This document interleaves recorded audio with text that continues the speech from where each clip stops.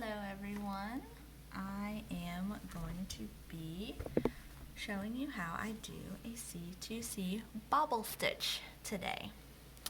This is what I was working on last night. If any of you caught the video I posted late last night, I don't know what got into me and why I thought a grainy video of me crocheting in my pajamas in bed was going to do the trick for anyone.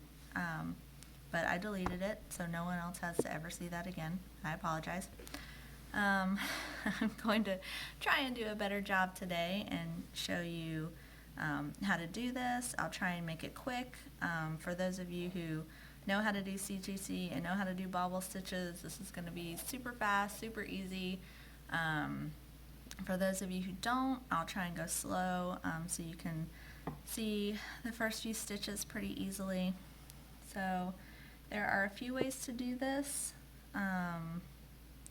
This way is just doing the C2C bobble every other row. So I don't do them on the edges. That way it makes it easier to attach a brim or to sew the edges together. And I think it makes it look kind of cleaner to not have a bobble poking out around the edge over here.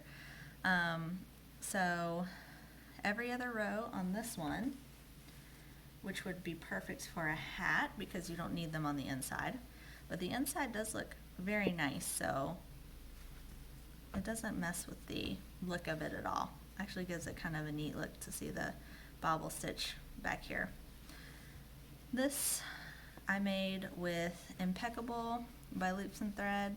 It's a little thicker, the bobbles look a little better, and I did the bobbles on both sides, so every single row I did them. So you can see when I was going forward, this was a bobble, then I did the bobbles here and the bobbles here, so every row. And I think that looks pretty good. Impeccable is just a little bit stiffer than this yarn, which is a cotton. So even though the bobbles don't pop as much, this is softer for maybe like a baby blanket or something. The best has been Studio Classic, which was available at AC Moore, which we know AC Moore doesn't exist anymore really, and the Studio Classic yarn will not exist anymore. But any sort of yarn that's a worsted for that's actually thick, because we know they're not all created equal, will work, and it will look so much better. You can tell the difference between those bobbles and these. A lot harder to see. Doesn't make them any less pretty, it's just they don't pop as much as these do. And this was done using the C2C Bobble Stitch every other row on my C2C slant beanie pattern, which you can find on my blog. And I think that looks pretty cool. Alright, let's get started and I will show you this, and you'll see that it's pretty simple. It is a little bit more labor intensive than a normal C2C would be, and it is going to eat more yarn than a normal C2C project would. So just keep that in mind if you're going to start a project with this, that you might need a little bit more yarn than you're used to. And I apologize if the camera is shaking around a little bit. I really wish you guys could see how I have my phone rigged to do this. I do not have the proper equipment yet, so I apologize if it's making anyone a little bit nauseated today. So we're going to start our C2C with our, let me start from the very beginning for those of you who haven't done one before. You're going to have your slip knot on your hook. You're going to chain 6. 1, 2, 3, 4, 5, 6, and then in the 4th chain from the hook, 1, 2, 3, 4, you are going to make a double crochet. Going to make a double crochet beside that one in the next chain stitch, and a double crochet in the next chain stitch. That is your first C2C block or square, I'll probably call them each, and go back and forth.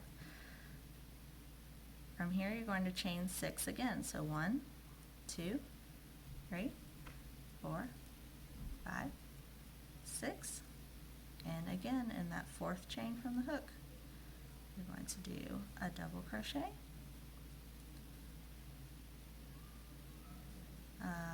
another double crochet, and another double crochet. Alright, now you're going to just turn this a little bit, because you're going to want to put your next stitches into that chain space from your first block. And you're always going to put your next stitches in the next chain space. So I'm going to slip stitch.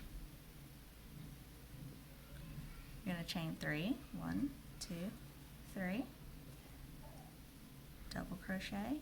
This all goes in the chain space. Double crochet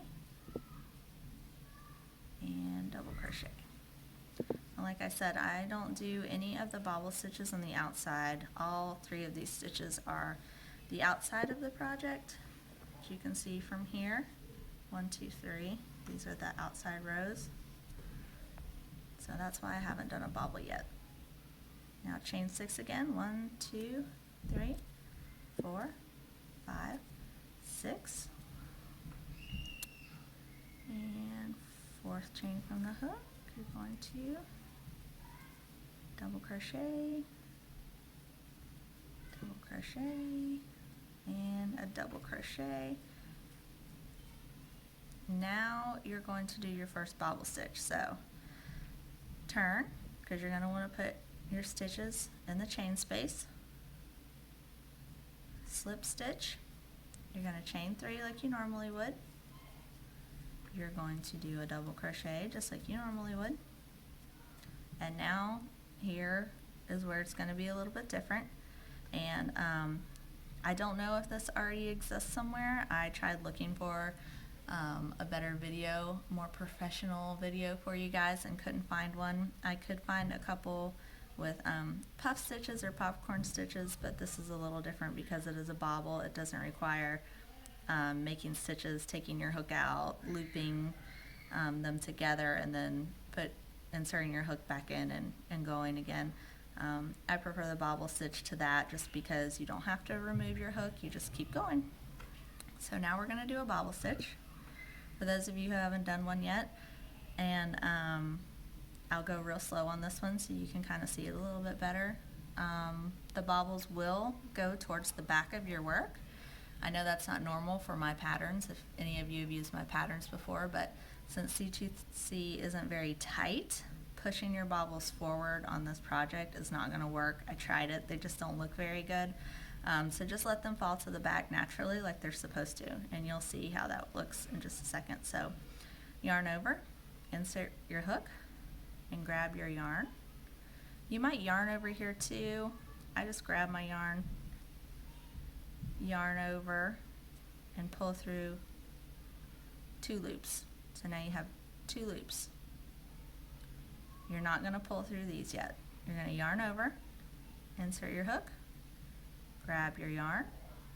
You're going to yarn over and pull through 2.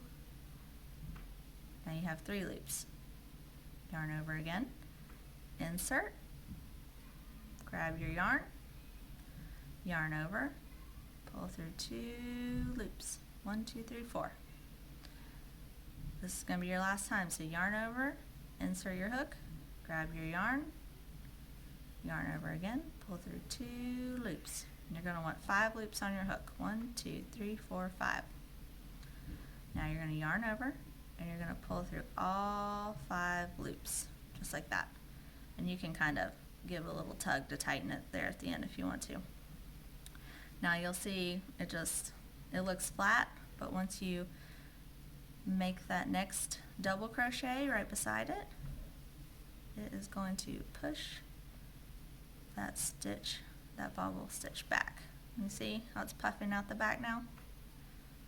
That is exactly what you want it to do.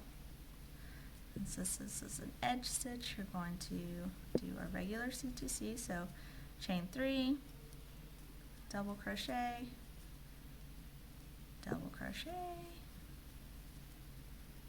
double crochet. Now I'll show you another row, and we'll do the bobbles. I'm talking and working, I'll wait. I'll show you another row of the bobble stitches, just so you can kind of get the hang of it. Like I said, like a hat project, you would only want to do every other row because you don't need bobbles on the inside. You're not going to see them. They'd be a waste of yarn. So 1, 2, 3, 4, 5, 6.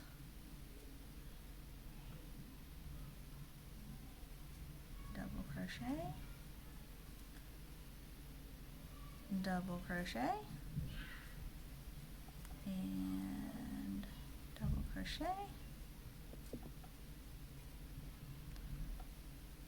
That was your edge block. So of course there was not a bobble there, but we'll put a bobble here since we're doing every row for the tutorial. So chain 3, double crochet, and now we're going to do our bobble stitch.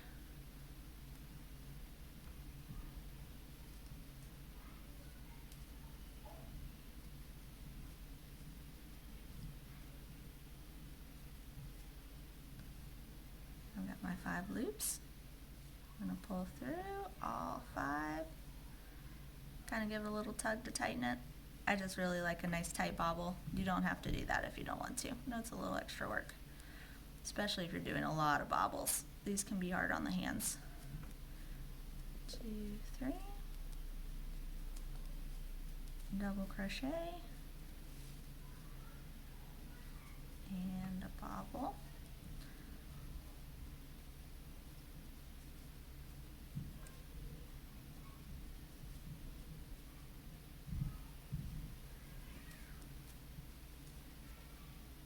Pull through, and like I said, I like to do a little tighten.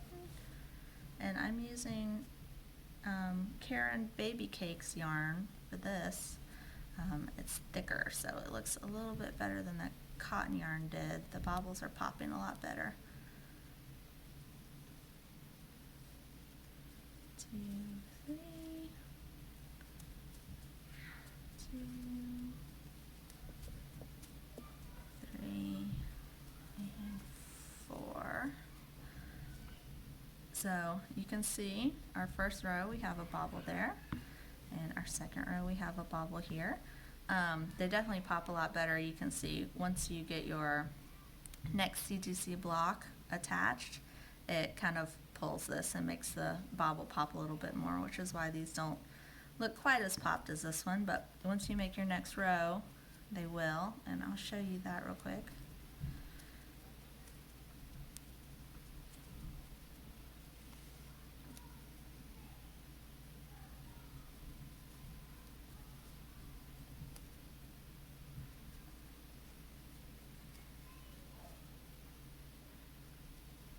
I apologize if you can hear my kids screaming downstairs. Our walls are not very thick. And for this row, I will just do regular C2C, since all I'm wanting is to show you how it makes it pop a little bit more once you get your stitch in here.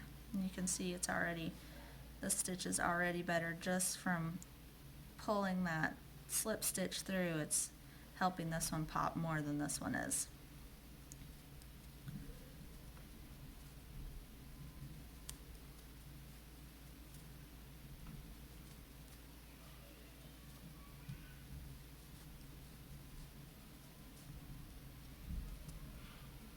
You see, now it's popped a little bit more because you're pulling it tight, making it all come together. Looks so nice.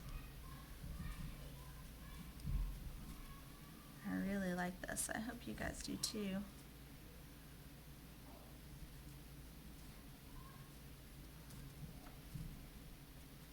I definitely use it on a smaller project, unless you really, really, really, really love doing bobbles. You know I do. Alright, so there's that row of bobbles. Here's that row of bobbles. And if you keep doing every other row, it would look like this on one side, and it would look like this on the other side if you did them every row. So yeah, I hope you guys like it. I hope you use it.